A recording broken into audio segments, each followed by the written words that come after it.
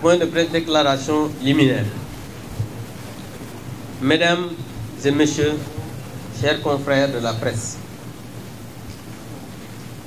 je suis très heureux et honoré de vous retrouver ici à Thiès, notre terroir, pour apprécier et commenter l'actualité politique nationale. Comme vous le savez, le président de la République vient de procéder à la formation d'un nouveau gouvernement d'ouverture et d'unité, marqué par l'entrée de forces vives de la nation, notamment de nouvelles jeunes figures de la scène politique nationale.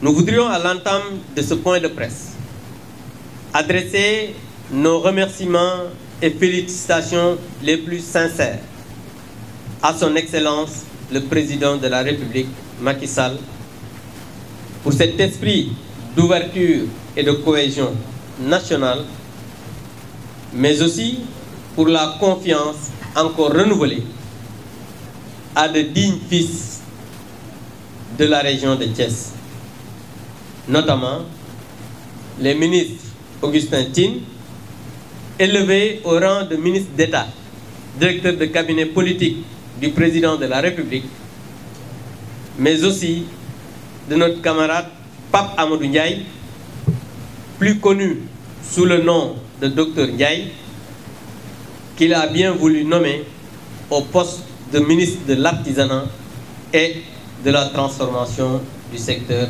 informel.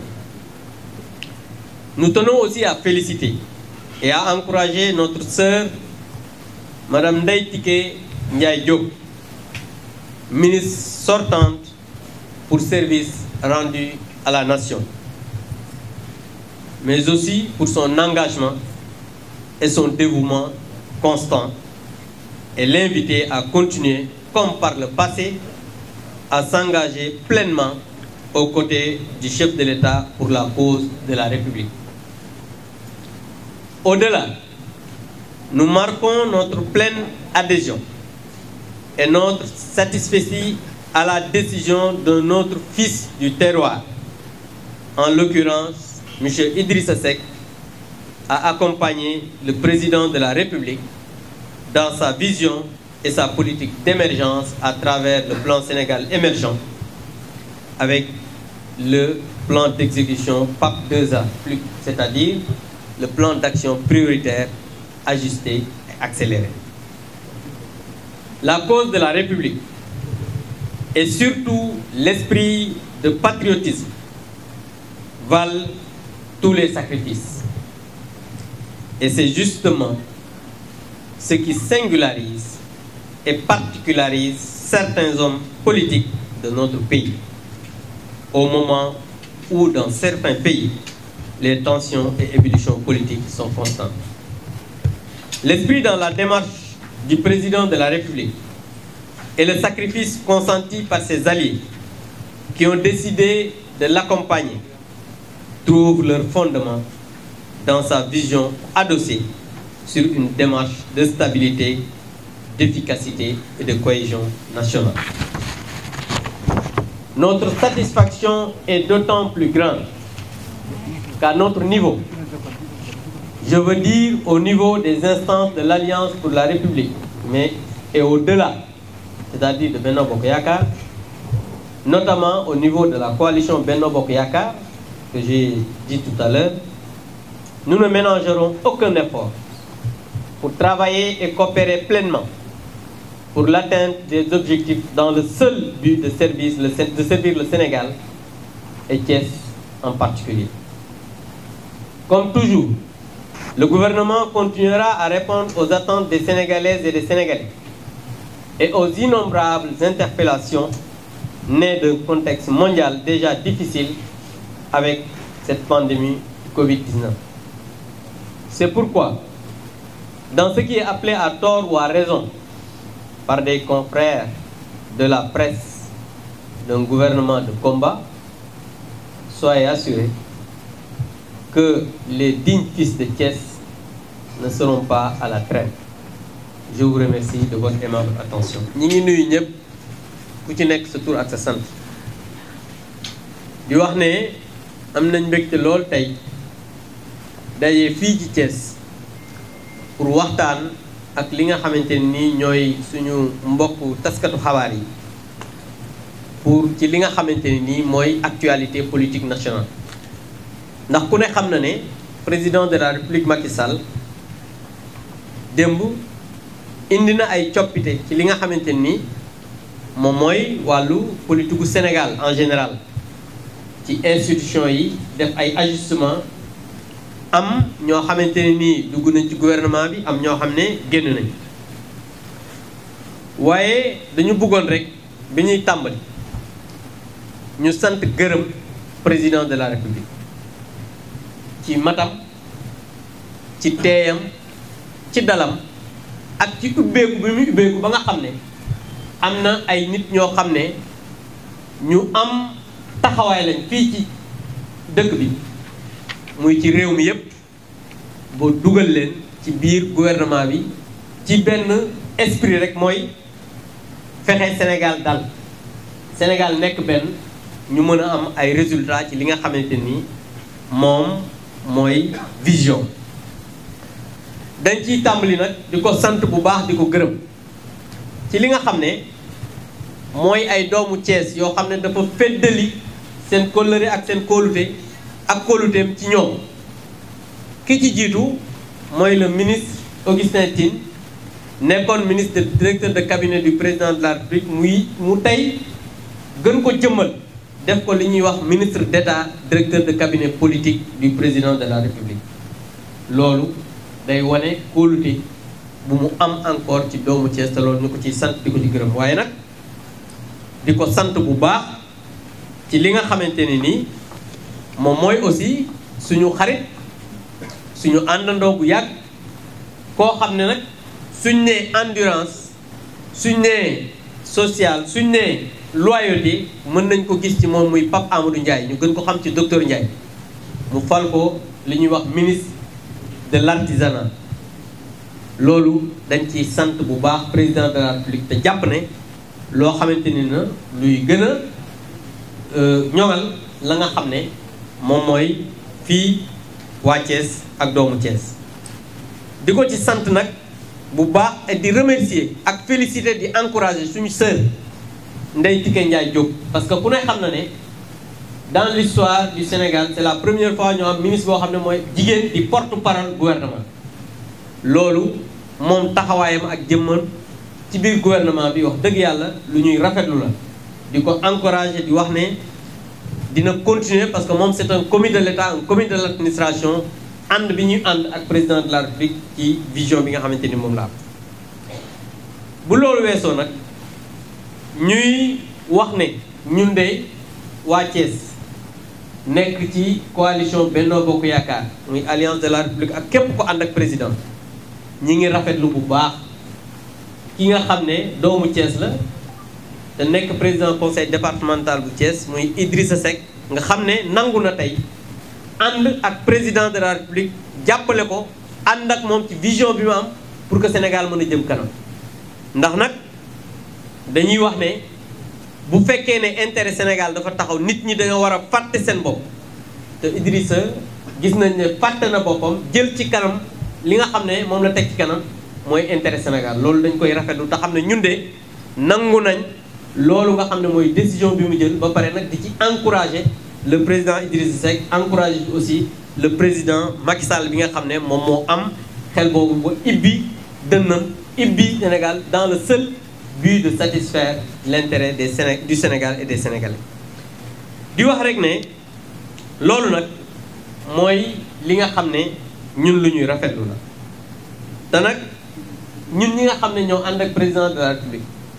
du ñu jóg ci di am esprit de sacrifice yaatal suñu dënn képp koo xam ne yaa ngi ñëw pour ànd ak président de la République li ko waykat ba di wax yaatal géew bi ñun dañ ci ànd ak yow ba pare di ko rafetlu di wax rek ne ñun de li nga xam ne moom mooy bëgg-bëggu président mooy Sénégal dem vers l'émergence mooy Sénégal ñu mën a répondre aux attentes des populations maanaam li nga xam ne population yi ñu ngi koy xaar ci ñun ñu mën ko yeggal te ku ne xam na ne aussi ci jamono bu difficile la parce que gis nañ ne président de la République bi mu defee plan de résilience économique et sociale daf ci boole ba ma pare liñ naan relance économique jël def li ñuy woowee PAP 2 ajusté accéléré maanaam plan d'action prioritaire ajusté accéléré parce que am na yoo xamante ni dañ koy jël def feneen pour mën a ñoŋal li nga xamante ni mooy vision bi mais aussi ñu bën ko baral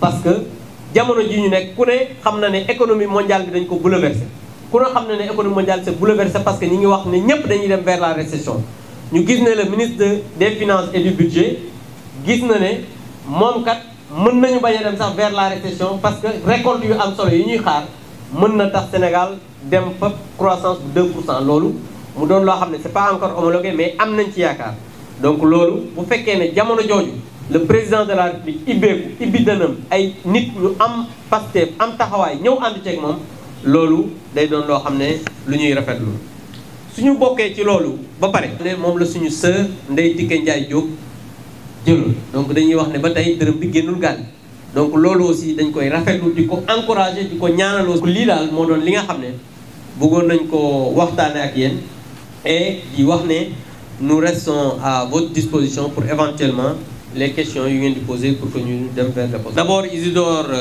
Alexandre Sène de iRadio. Donc vous avez dit que nommer Idrissa pour vous c'est manquer de respect au leader thiessois. Je pense que le président de la République, son Excellence Macky Sall, n'a jamais manqué de respect au leader thiessois. J'en veux pour preuve ce que nous faisons aujourd'hui. Parce que nous marquons notre parfaite adhésion. Notre parfaite adhésion, je dis, et notre satisfaction par rapport aux décisions du président de la République d'avoir nommé Idrissa Seck à la tête du Conseil économique, social et environnemental. Vous savez, dans la vie d'une nation, les choses se font et se défont. L'alliance, les alliances politiques ne datent pas d'aujourd'hui. Je vous rappelle, Isidore, que Senghor et Abdoulaye, comment dirais-je, Lamine Gueye n'étaient pas du même parti. Si vous vérifiez les annales de l'histoire politique du Sénégal, vous verrez les PRA Sénégal, SFIO, BDS, UPS, BP, qui a amené PS aujourd'hui. Vous verrez entre le PDS et d'autres alliés, vous verrez entre la coalition Benno Bokk Yakaar, qui aujourd'hui, depuis 2012, est en train de travailler pour tisser sa toile. Et Idrissa Seck, je vous rappelle, était l'un des premiers alliés du président Macky Sall. Il y a eu des divergences. Je vous le rappelle, Idrissa Seck faisait partie de la coalition Benno Bokk Yakaar. Je vous rappelle que les députés Garmi Fall et, comment dirais-je, non, pas Ami Collégien, Nilan Sen, qui étaient mes collègues de la 12e législature, étaient dans la même liste qu'Abdou Mbow en 2012. On était dans la même coalition. Thierno Bokoum était mon collègue dans la même coalition, sur la même liste. Idrissa Seck était dans la coalition Benno Bokk Yakaar. Il y a eu des divergences. Et on s'est séparés. Aujourd'hui, l'histoire a fait qu'on s'est retrouvés. Mais jusqu'à présent, je n'ai pas entendu quelqu'un dire que Idrissa Seck était un allié de Macky Sall en 2012. Mais au Sénégal, il y a un problème. Quand on est avec le parti au pouvoir, on est mauvais. On ne dit pas la vérité. On n'est pas cohérent. Quand on sort, qu'on insulte, qu'on est dans la délation, on est bien. On est bon opposant. Non mais attends, il faut qu'on arrête. Le président de la République a pris la décision que nous soutenons de nommer M. Idrissa Seck à la tête du Conseil.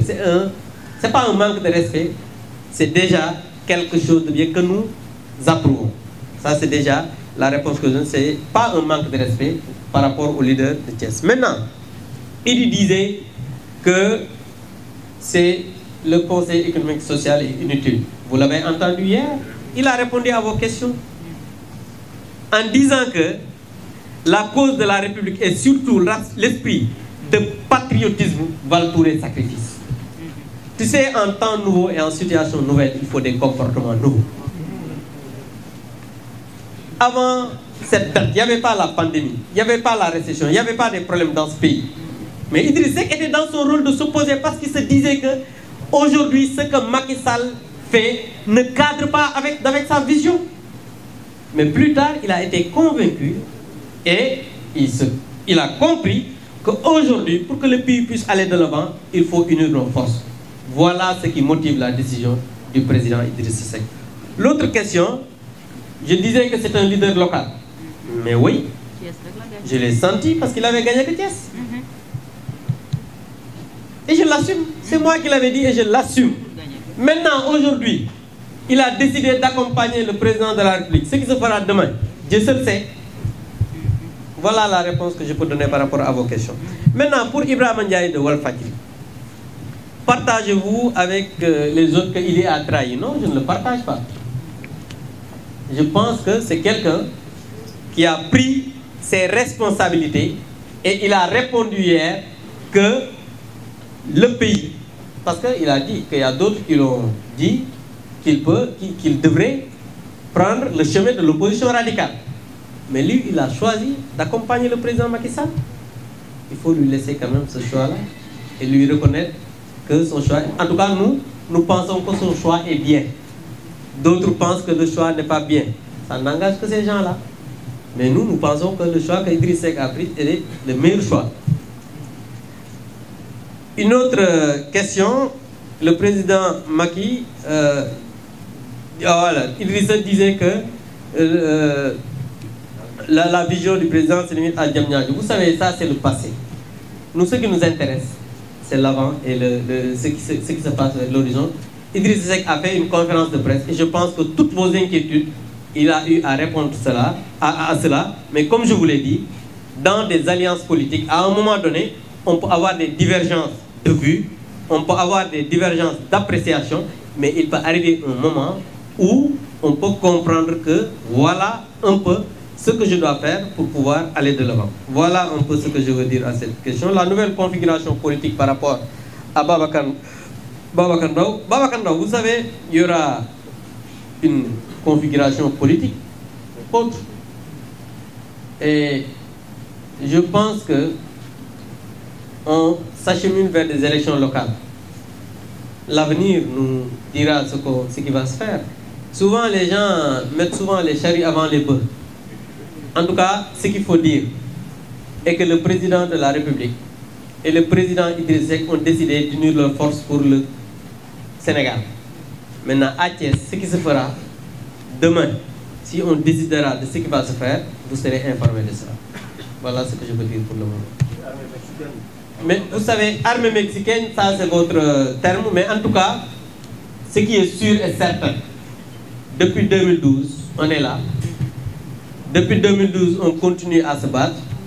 Aujourd'hui encore, on est là par la grâce de Dieu.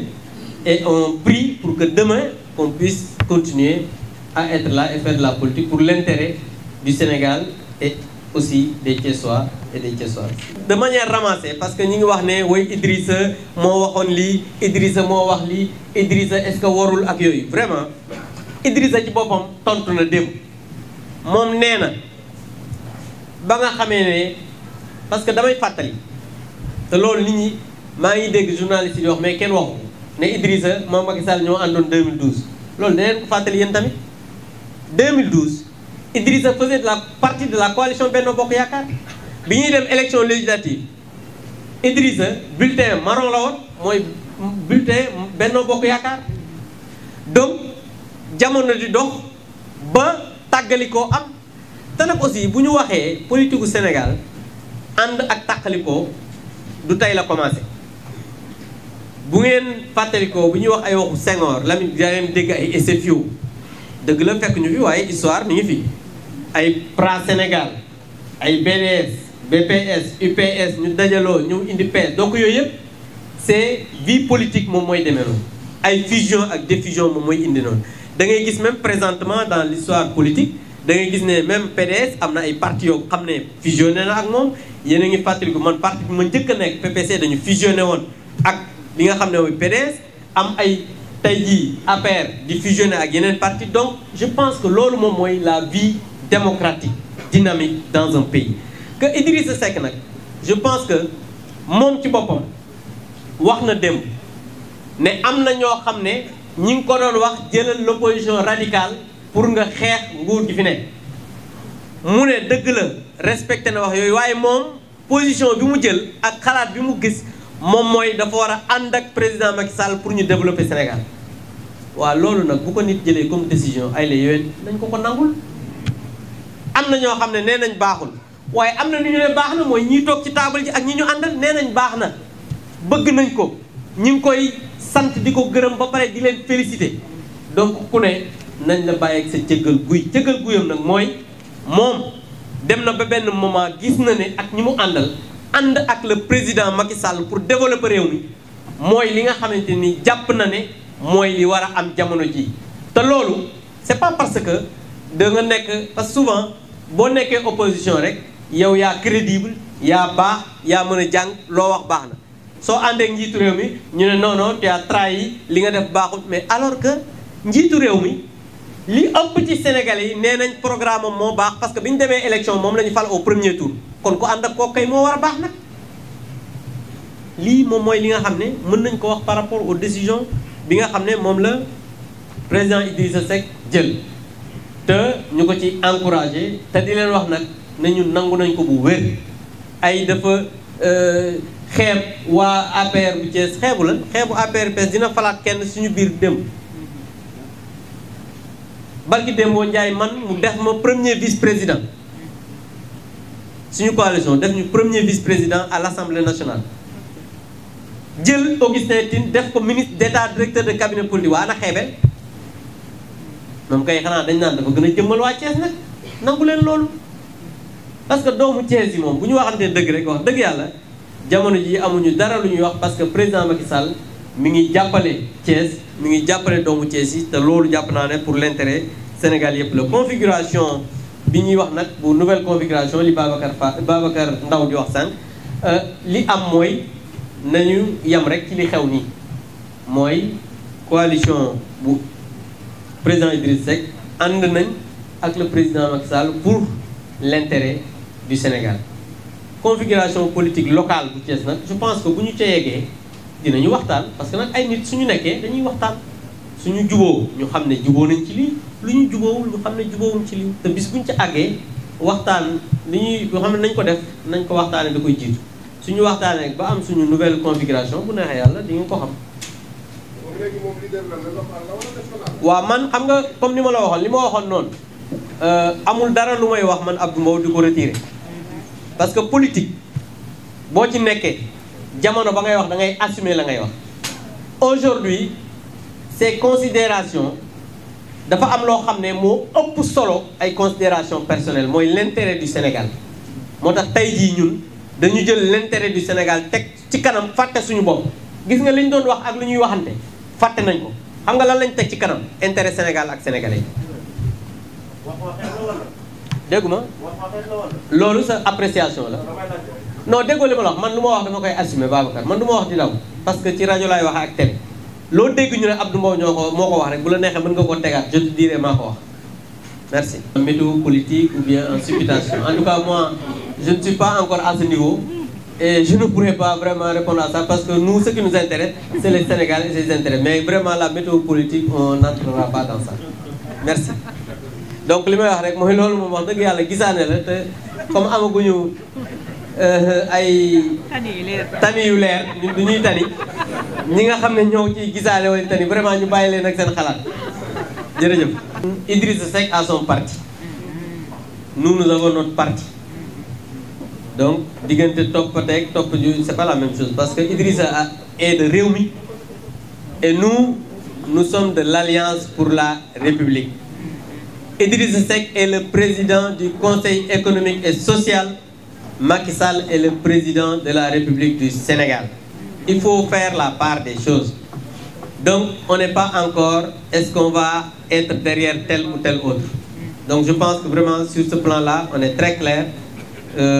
Ci wolof rek mooy Idrissa Seck bokkuñu parti Idriss Seck parti bu ñuy wax réew mi la bokk couleur yi orange la sax ñun parti bu ñuy wax APR lañ bokk couleur yi marron la xam nga kon bokkuñu parti donc ñun mënuñoo nekk ci ginnaaw Idrissa mënu nekk suñu ginnaaw loolu moom wax dëgg yàlla leer na li ci des nag bu dee waxu local ngeen di wax àggaguñ ca bis buñ ca àggee luñ ciy def dina leer je pense que c'est clair voilà.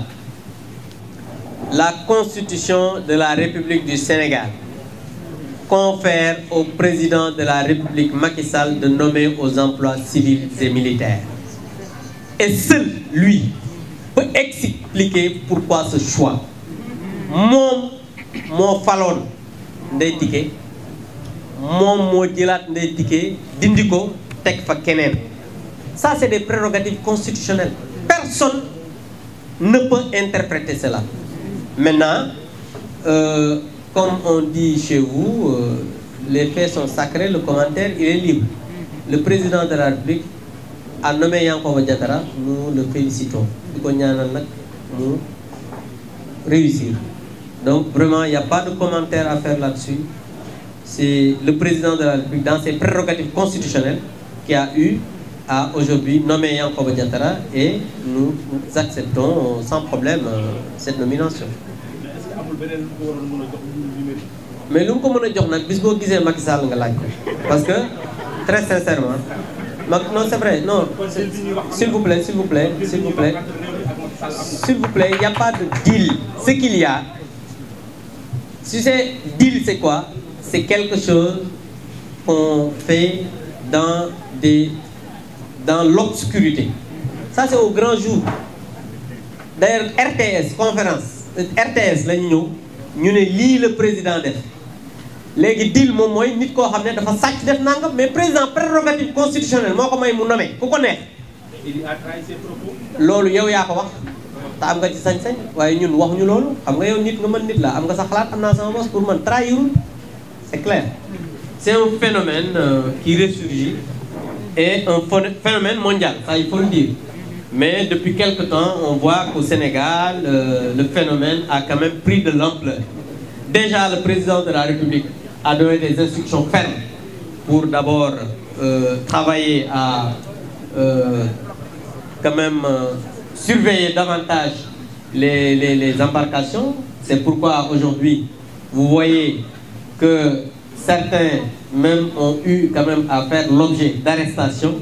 Et nous, au niveau du Parlement, comme vous l'avez dit, on est en train de réfléchir pour voir exactement comment, avec les partenaires, parce que nos partenaires, c'est-à-dire le gouvernement, essayer de durcir les sanctions par rapport à cela.